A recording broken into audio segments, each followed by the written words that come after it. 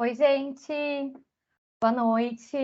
Sejam muito bem-vindos e bem-vindas a mais um KBS Connection. Só para me apresentar, meu nome é Tuane, eu sou coordenadora de comunicação aqui da KPMG Business School e estou muito feliz de ver todos vocês online. Está aumentando aqui os números cada vez mais. O tema de hoje, como vocês já sabem, é a detecção de mentiras. E para falar desse assunto, eu chamo aqui o Alessandro Gratão, que é o nosso sócio aqui da área de forensics e que é um super conhecedor disso. Tenho certeza que vai ser muito legal esse KBS Connection de hoje. Oi, Gratão, tudo bem? E aí, Tori, tudo bem? Tudo bom, pessoal? Prazer mesmo estar aqui com vocês em mais uma dessa edição do KBS Connection, organizada com todo o carinho de sempre pela KBS. E fazer uma breve introdução aqui, pessoal, só para a gente contextualizar. Como a Tony mencionou, sou Alessandro Gratão Marques, sócio aqui da área de investigação corporativas e disputa da KPMG. E também atuo na docência, além de instituições fora da KPMG, aulas de pós-graduação, graduação, eu atuo na coordenação técnica de 2 cursos da KBS, que é o de certificação em compliance, certificação, investigação corporativa, além de ser instrutor nos 2 também. E qual que é a proposta de agenda, né, que a gente pensou aqui para essa edição especial? É proporcionar uma degustação de uma aula da KBS, principalmente para aqueles que ainda não conhecem, né, que não vivenciaram, que não são alunos, e para aqueles aqui que eu vi vários aqui na lista de participantes que já fizeram algum curso, matar a saudade ou conhecer um conteúdo novo, caso não tenha participado da aula. Então, para isso, a gente pensou aqui um tema, que é o de detecção de mentiras, que está incluso no nosso curso de certificação e investigação corporativa, que tem uma carga de 40 horas, né? Onde a gente, em 2 dias, a gente fala de entrevistas forenses como um todo, onde um dos tópicos é justamente a relação de biolanguage e detecção de mentiras, né? Então, desde o início, pessoal, a gente vai investir aqui com vocês algo em torno de 30 minutos. Não é objetivo, obviamente, exaurir o conteúdo, né? O assunto aqui, se a gente parar para debruçar com propriedade, como a própria metodologia aqui que está na tela se apresenta, a gente pode ficar não só alguns dias, mas alguns meses investindo aqui, porque o conteúdo é realmente bastante vasto. Então, mas, de qualquer forma, a gente consegue falar um pouquinho aqui sobre as curiosidades, sobre a mentira, né? Quais são as motivações universais que cada um de nós temos quando vimos a mentir, e técnicas, né? Uma introdução básica aqui, muito básica, mas que existem algumas técnicas para a gente conseguir detectar quando a pessoa está ocultando. Notem, todo o conteúdo científico, quando a gente oculta a informação, ela também é caracterizada como mentira. Ou quando a gente está dissimulando e contando alguma mentira, justamente de forma deliberada, com algum objetivo ali, de acordo com a motivação. Para hoje, a gente vai se amparar aqui em alguns autores, né? Então, Pamela Meyer, ela tem um livro lá, Spotting, que traz aqui um contexto bastante interessante. Inclusive, a gente deixa aqui também um link num TED Talk disponível no YouTube, que é muito interessante. A gente fala também de Mehrabian, principalmente quando a gente aborda a questão do body language, né, da percentual de comunicação, aquilo, o verbal, o nosso tom de voz, né, o nosso body language, quanto que ele representa da nossa comunicação. A gente também vai trazer um pouquinho aqui de Paul Ekman, né, principalmente quando a gente fala das motivações universais da mentira, além de Avinoam Sapir, com um pouco na metodologia SCAN, Scientific Content Analysis, né, que é diferente do Six Channel Analysis, para a gente contextualizar aqui esses 3 tópicos nessa meia hora que deve passar voando, pessoal. Então, falando da metodologia aplicada, vamos avançar aqui justamente na parte que é importante, né? Porque, querendo ou não, a parte de verbalização, vocalização até escrita, quando a gente recebe um relato no canal de denúncia, por exemplo, são itens que a gente consegue tentar, de certa forma, enganar o interlocutor, né, e para justamente contar a mentira, tentar fazer com que ela pegue, né? Mas, principalmente quando a gente fala no contexto aqui forense, contexto de investigação corporativa, apuração de denúncia, a gente tem um aliado muito grande que é a comunicação não verbal no processo de entrevistas, principalmente naquele momento que a gente faz aquela pergunta-chave, que chega aquele ponto quente, né? Dentro dos 3 Cs, contexto, combinações, congruências, principalmente quando a gente explora um pouco mais a questão das congruências na fase ali de migrando da exploração, justamente para a parte de corroborar a informação, né, que algumas metodologias tratam como a parte de confronto, que é um termo que eu não gosto muito de utilizar, mas que é o mais fácil entender e capturar, porque eu não gosto de utilizar, porque justamente a entrevista, no contexto atual, ela é muito pautada na empatia, né? Então, quando a gente fala que vai utilizar a fase do confronto com a empatia, pode até sinalizar alguma incongruência, mas para um bom entendimento, quando a gente está evoluindo da fase de exploração para o confronto, explorando principalmente os mecanismos de congruência ali na roteirização, ele ajuda muito. E aí a reação do body language, que é a parte até que a pessoa não controla, então extremidades, pés, mãos. Joey Navarro, que é o ex-agente do FBI, tem um livro bastante interessante chamado Dangerous Personalities, ele explora bastante essa questão da análise de body language, e ele fala, por exemplo, no livro dele, que os pés, por exemplo, são a parte mais honesta do nosso corpo, que a gente consegue ter uma clareza, uma transparência maior. Justamente aquelas partes que ficam mais distantes do cérebro.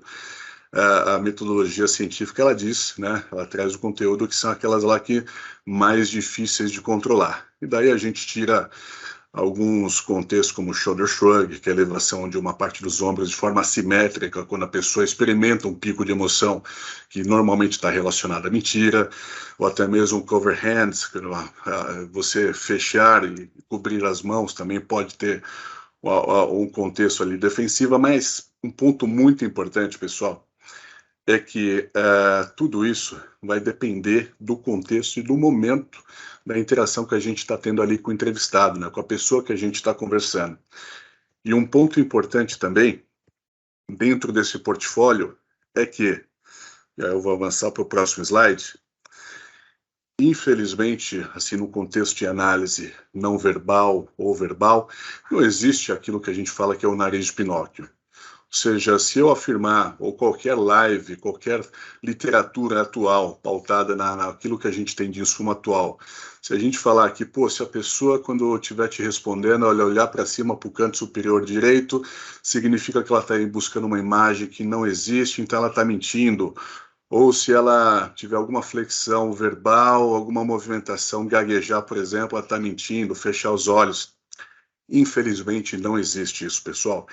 Não existe uma palavra, uma expressão, uma vocalização, verbalização, movimento cinésico, etc., que mostre ali que se a pessoa tiver aquela reação, naquele momento ela está mentindo. Então, o que torna nosso trabalho, nosso papel ali quando está fazendo uma interação, uma negociação, uma mediação mais difícil.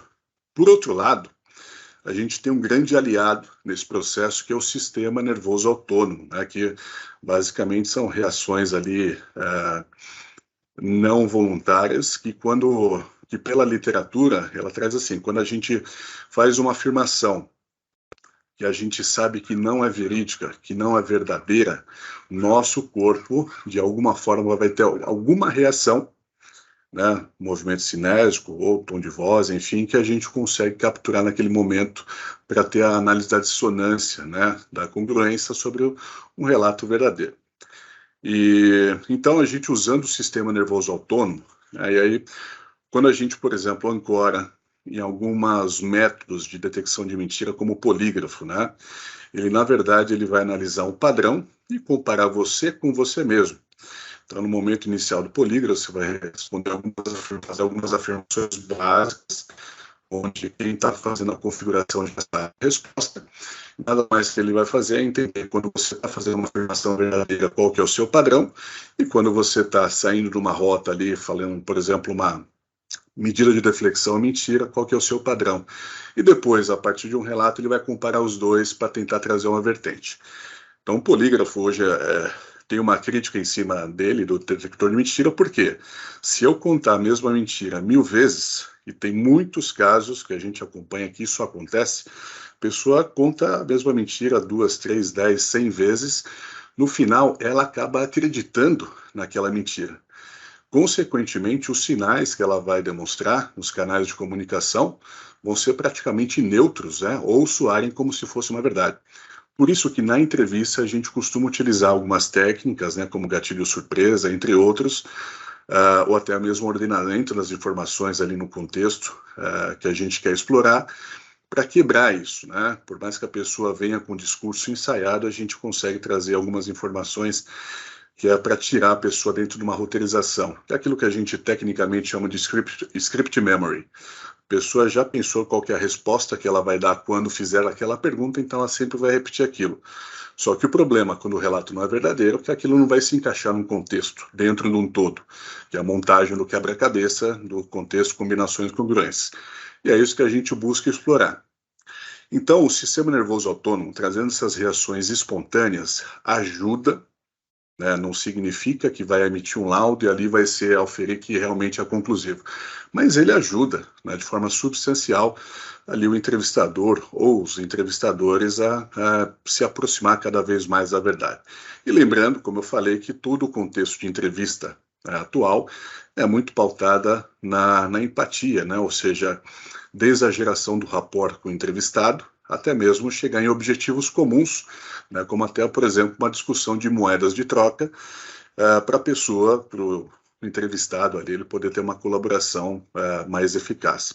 Porque no final, pessoal, nesse contexto, né, na entrevista forense, dentro do contexto da investigação corporativa, o grande ganho ali da entrevista é contribuir para o processo de apuração e investigação. Muito dificilmente ela vai ser isolada como um mecanismo, como um ferramental único de análise. A gente tem outros mecanismos que, quando gerados em sinergia, como, por exemplo, análise de computador, informações de testes transacionais, enfim, entrevistas de exploração com outras pessoas não diretamente relacionadas ali, mas que podem contribuir, principalmente para montar esse quebra-cabeça, eles acabam ajudando bastante. Mas ainda, né, sobre as curiosidades da mentira, que é o tópico principal aqui do nosso bate-papo, dessa mini-aula experimental aqui. A Pamela Meyer, no livro lá, Spotting, ela traz que, estatisticamente, uma pessoa normal, eu não estou falando com uma pessoa com um perfil patológico aqui, um psicopata, enfim, alguém com algum tipo de transtorno, não, uma pessoa normal, e vamos nos considerar aqui, pessoal, que nós todos aqui, né, a gente está...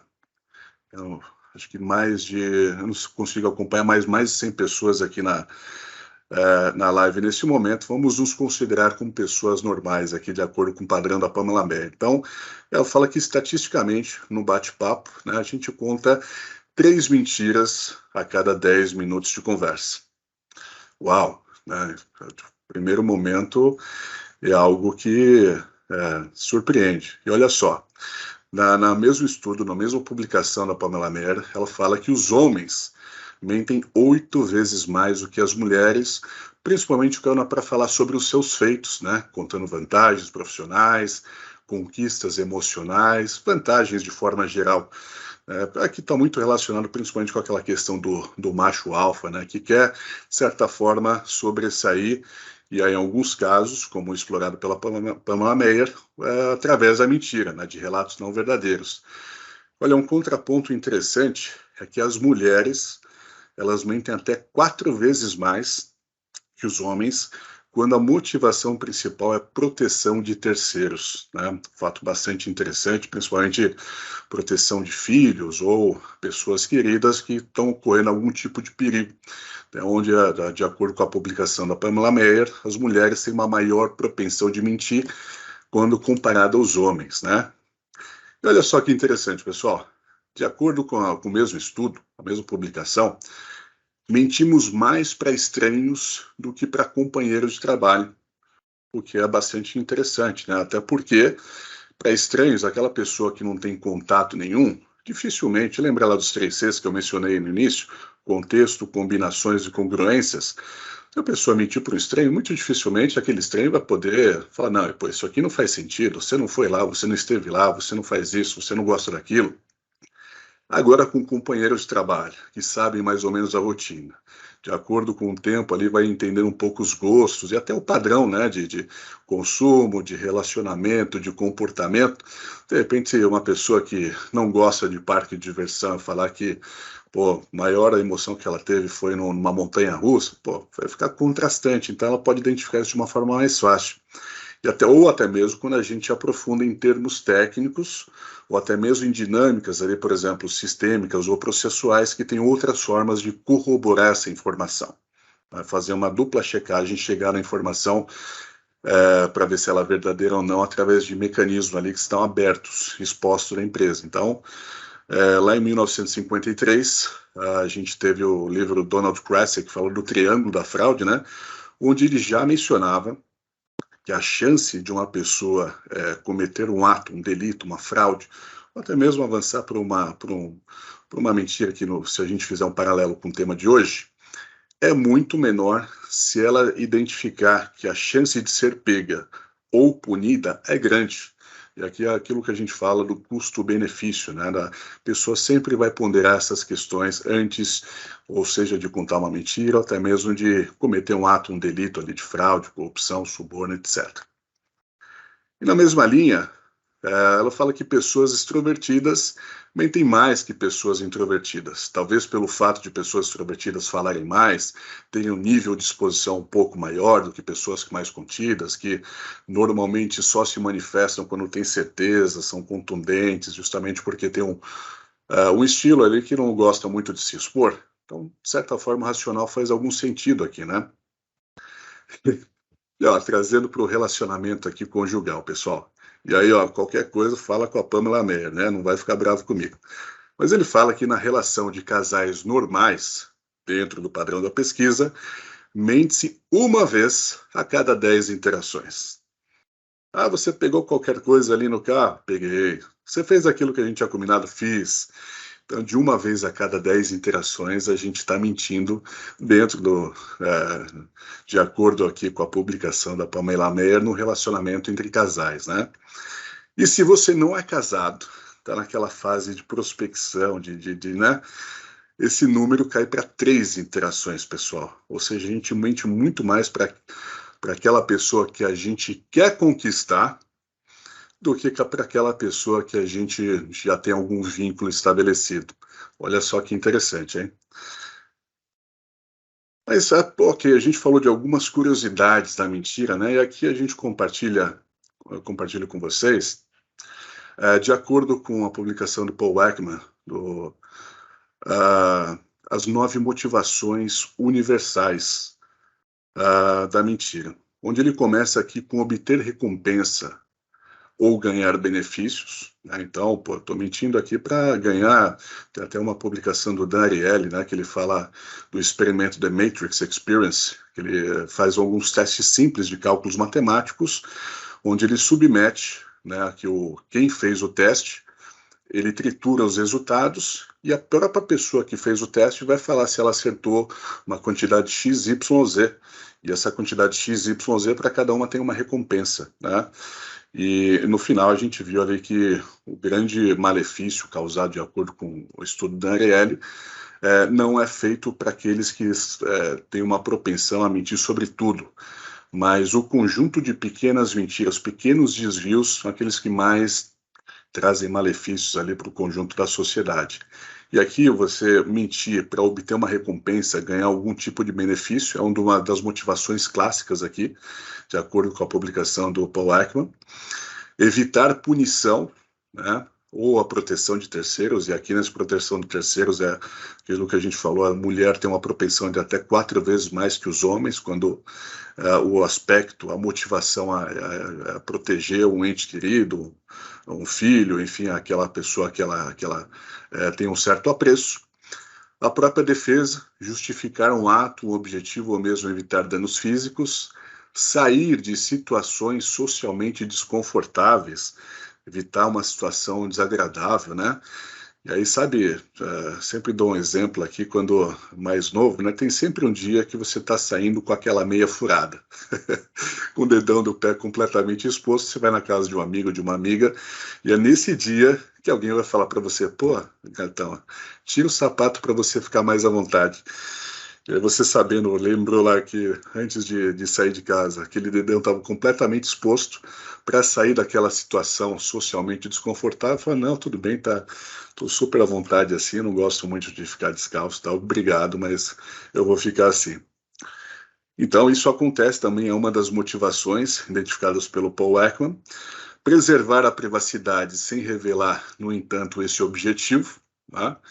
Se livrar de uma vergonha social, ganhar admiração e a última motivação aqui é o de poder, onde a gente tem a manipulação ou chantagem aqui como grande carro-chefe, né? E aqui eu trago um perfil aqui, pessoal, para vocês, que é o do manipulador emocional.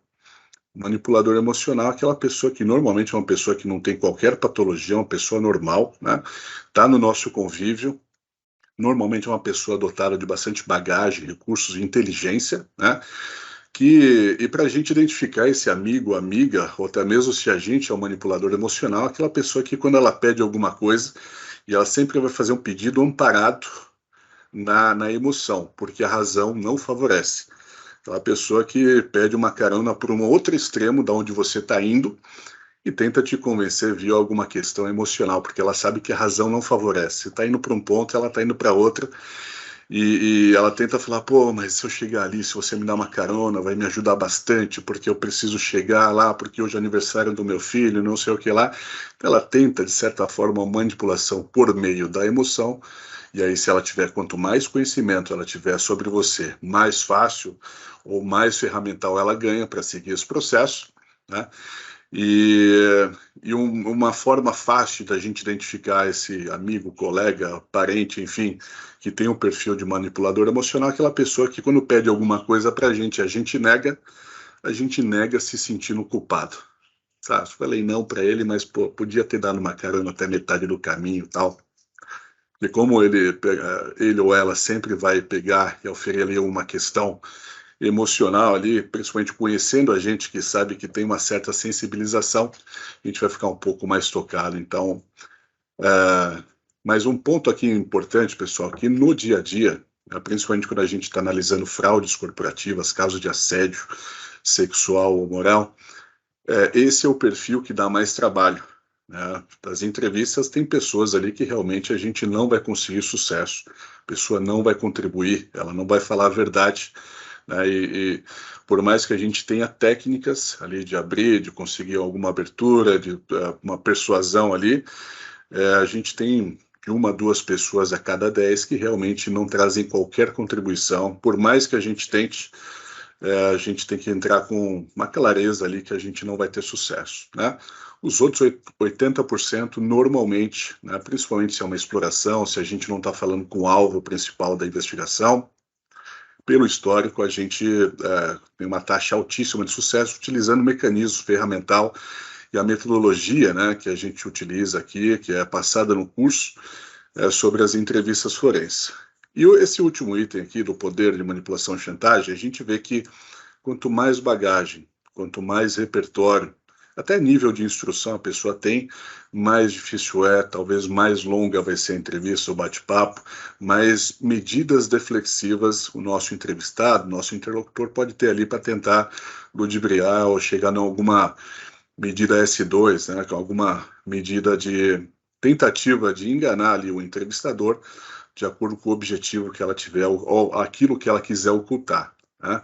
Mas mesmo assim, utilizando técnicas e aí, de novo, pessoal, às vezes a gente vê muito conteúdo sendo discutido, pautado somente no body language, né, na linguagem corporal, ou no Six Channel Analysis, a gente, enfim, as questões sinésicas são super importantes, mas eu valorizo e sempre compartilho com o pessoal da turma que você tem um roteiro, uma roteirização contextualizada, somada a outras investigações, outras informações já previamente analisadas, para você chegar num contexto de qualidade. Qual que é a combinação em cima daqueles fatores, ou seja, quais são as informações que só o nosso entrevistado tem, ou o que eu consegui recolher que ele não sabe que eu sei sobre ele, e no determinado momento, até como gatilho surpresa, posso vir trazer à tona. Posso trazer uma evidência, uma nota fiscal que ele não sabia que eu tinha, um e-mail. Então, nesse processo que a gente fala, quanto menor output o entrevistador trouxer, melhor. Ou seja, o meu entrevistado não precisa saber o que eu sei sobre ele, o que foi coletado na investigação, porque justamente se ele tiver uma visão do todo, ele vai ter mais medidas ainda, mais formas de tentar ludibriar, tentar algum caminho ali que seja justamente de ocultar informação, de mentir, de ter manobras evasivas em cima daquilo que é objeto ali da conversa. E nessa linha, pessoal, a gente utiliza alguns mecanismos, né, como, por exemplo, o próprio SCAN, que é o Scientific Content Analysis do Avinoam Sapir. Avinoam Sapir é uma pessoa que continua gerando conteúdo ainda, tem LinkedIn ativo, com alguma frequência ele faz postagens no YouTube, no próprio LinkedIn, a gente acompanha, interage com ele aqui, e a forma de análise que ele tem das palavras, aí a gente não vai entrar no conteúdo aqui do SCAN, esmiuçar a metodologia, mas basicamente o que ele traz no conteúdo dele, no SCAN, é que a forma que a gente apresenta os pronomes, a ordem do texto, a ordem das informações, ela pode trazer sinais bastante relevantes sobre uma eventual, por exemplo, né, a gente tem o caso do Bill Clinton, onde ele foi comprovado via DNA que ele teve um relacionamento extraconjugal com a Mônica Lewinsky, né, na época que ele era presidente. E quando isso veio à tona, ele fez um pronunciamento oficial falando, eu não fiz, né, com o dedo em riste, eu não tive relacionamento sexual com aquela mulher. Da forma que ele apresentou o pronome aquela mulher, né, ele não falou a Mônica, não falou a minha assistente, falou aquela mulher. De acordo com a metodologia SCAN, aquela mulher pode indicar um afastamento proposital, que é justamente para tentar encobrir alguma informação que é relevante no processo. Então, quando a gente analisa um texto, transcreve, faz as marcações de acordo com a metodologia do Avinoam Sapir, a gente consegue ter um diagnóstico para falar, opa, essa pessoa aqui vale a pena entrevistar porque ela tem conteúdo, pela análise aqui, SCAN, ela pode falar mais, a gente pode explorar, pode chegar a algumas informações que são relevantes. E de acordo com todo o apanhado, o que eu grefei aqui, que achei bastante interessante, o Sapir fala que é quase impossível para uma pessoa culpada dizer não fui eu. Então, dentro da minha roteirização, né, eu fiz aquela pergunta-chave, você cometeu essa fraude? E a pessoa vai lá e começa a falar da reputação dela, ou fala de, eu tenho 5 anos, 10 anos de empresa, nunca tinha passado por uma situação. Responde simplesmente, resposta simples, você cometeu ou não, você pegou ou não, você esteve lá ou não. É nesse momento que a análise body language, análise de contexto, combinações, congruências, tudo junto, vai ter um peso bastante significativo. Durante o bate-papo, e aqui a gente normalmente já na fase de confronto, quando a gente faz esse tipo de arguição e a pessoa tem dificuldade em entregar respostas simples, objetivas, ou nesse caso, conforme a Avinoam Sapir, fala, não fui eu não cometi o crime, é onde a gente começa a explorar um pouco mais, metodologicamente, porque pode ter uma chance muito grande de alguma ocultação de informação, deflexão ou de mentira dentro do relato do nosso entrevistado.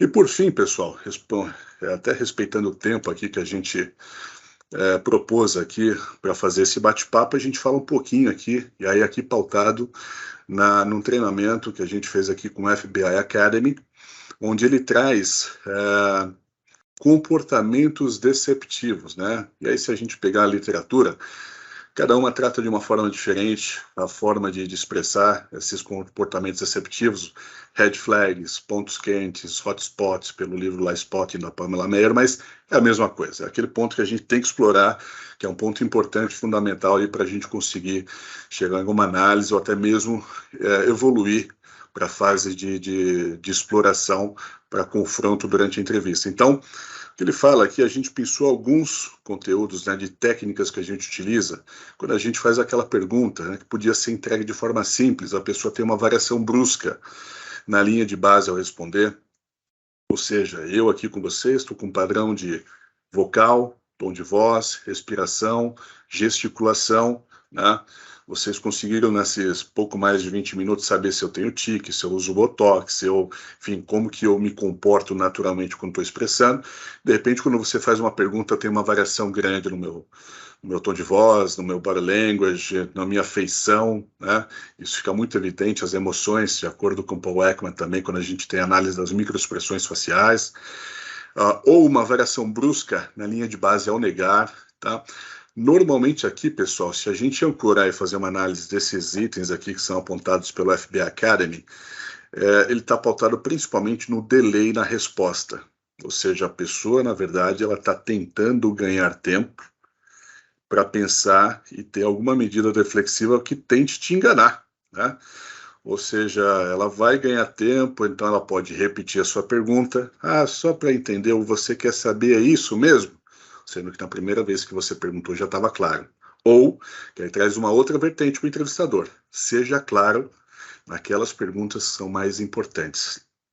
Se você fez uma pergunta complexa que a pessoa tem que pedir para você repetir ou dividir ela em 3, talvez não seja o melhor caminho. Então, aquela pergunta incisiva, aquela mais importante, aquela que você precisa de uma resposta objetiva, faz ela de uma forma simples, de uma forma que a pessoa consiga ouvir, entender de uma forma muito clara, porque se você vê que ela está nesse momento repetindo a sua pergunta ou dando respostas exageradamente específicas para tentar ganhar tempo, ou até mesmo, aqui a gente tem alguns exemplos, uma pessoa, nossa, excelente sua pergunta, eu sempre pensei que, eu desconfiei realmente que alguma coisa dessa natureza pudesse estar acontecendo por aqui, ou então, mas por que você está me perguntando isso, ao invés de responder, ao invés de trazer elementos daquilo que foi claro e incisivo da sua parte, né?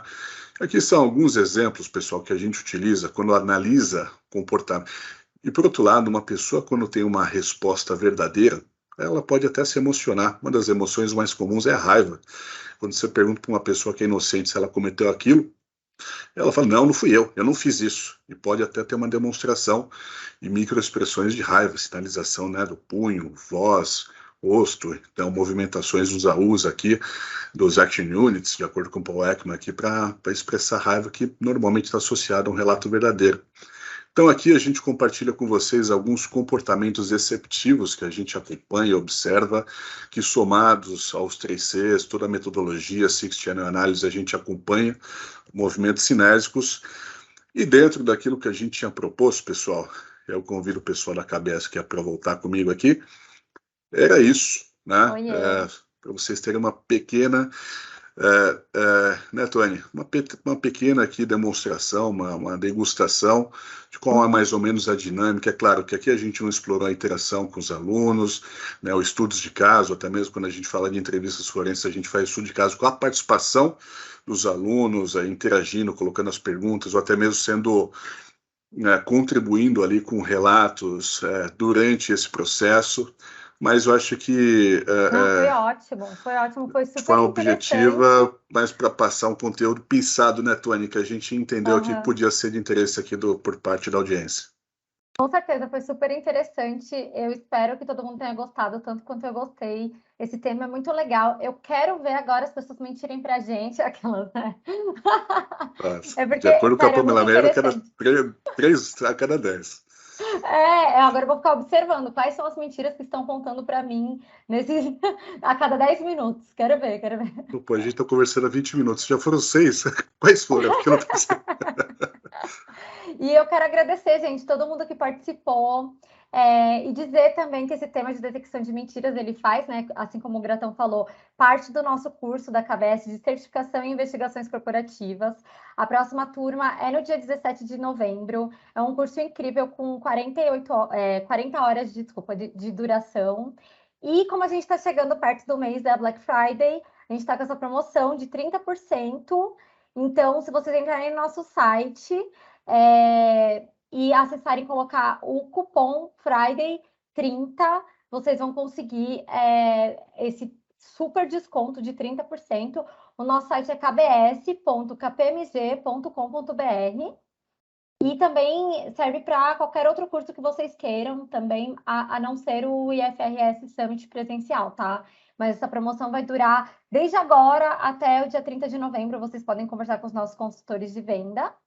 E para finalizar mesmo, pode passar aí, eu queria falar sobre a nossa pesquisa de satisfação, que é muito importante para a gente que vocês avaliem e nos deem feedbacks para que a gente possa melhorar cada vez mais a forma como a gente faz nosso trabalho mesmo, os nossos cursos, a gente aceita sugestões e tudo, então se vocês puderem apontar e responder rapidinho, vai ser ótimo. E é isso. Muito obrigada, gente. Eu espero vocês nas próximas KBS Connection. Se vocês gostarem, deixa eu ver se tem alguma dúvida aqui. Tony, eu só queria agradecer aqui a estrutura da KBS, que sempre trata com muito carinho aqui a experiência dos alunos. Eu estou vendo alguns comentários como o da Priscila, que são pessoas queridíssimas aqui, que já contribuíram também. José Wellington, Lorival, aqui, pô, que já várias pessoas conhecidas aqui que a gente já interagiu, é sempre muito bom. Né? E falar aqui também da comunidade KBS, né, Tony? Porque uma vez que a pessoa participa de um curso, ela tem lá um grupo de WhatsApp para interagir, tem benchmark, não fica ali só nas aulas, que acaba virando uma comunidade de fato, e a KBS não para, está sempre inventando alguma coisa nova, né, Tony? Ah, é verdade, com certeza, gente. E a gente atualiza tudo também, coloca bastante nas redes sociais. Tem o LinkedIn da KBS, que a gente sempre coloca coisa, o Instagram, que é KPMG_Business_School. E só lendo algumas perguntinhas aqui, ó, o Rogério perguntou como fazer para participar de um curso mais profundo. Você pode entrar no kbs.kpmg.com.br e lá acessar o curso de investigações corporativas, que tem tudo a ver com o assunto que o Gratão falou hoje. E o site aqui, ó, kbs.kpmg.com.br. Ô, Tony, sabe o que eu lembrei aqui? Tem um comentário do Ezequiel. Pô, na última turma de compliance, a gente tinha alunos de Portugal, Moçambique, tem um outro país que eu não lembro qual que era, Angola, né, o pessoal, né, de origem que também fala português fora do Brasil, aproveitando essa questão do online e participando em massa, né? É muito legal. Grande Muito abraço aqui legal. para A o Ezequiel internet, também. né, levando a gente para outros cantos, né? Isso é uma das Exatamente. maiores vantagens do online, então muito legal ter gente participando de todos os cantos. E o nome do curso, alguém perguntou aqui também, é Certificação em Investigações Corporativas, gente. Então, qualquer outra dúvida, vocês tiverem, pode falar aí pelo site que os nossos consultores respondem. Muito obrigada, Gratão, e muito obrigada, gente. Qualquer outra coisa, vocês me mandem, tá? Valeu, Tchauzinho e boa pessoal. noite.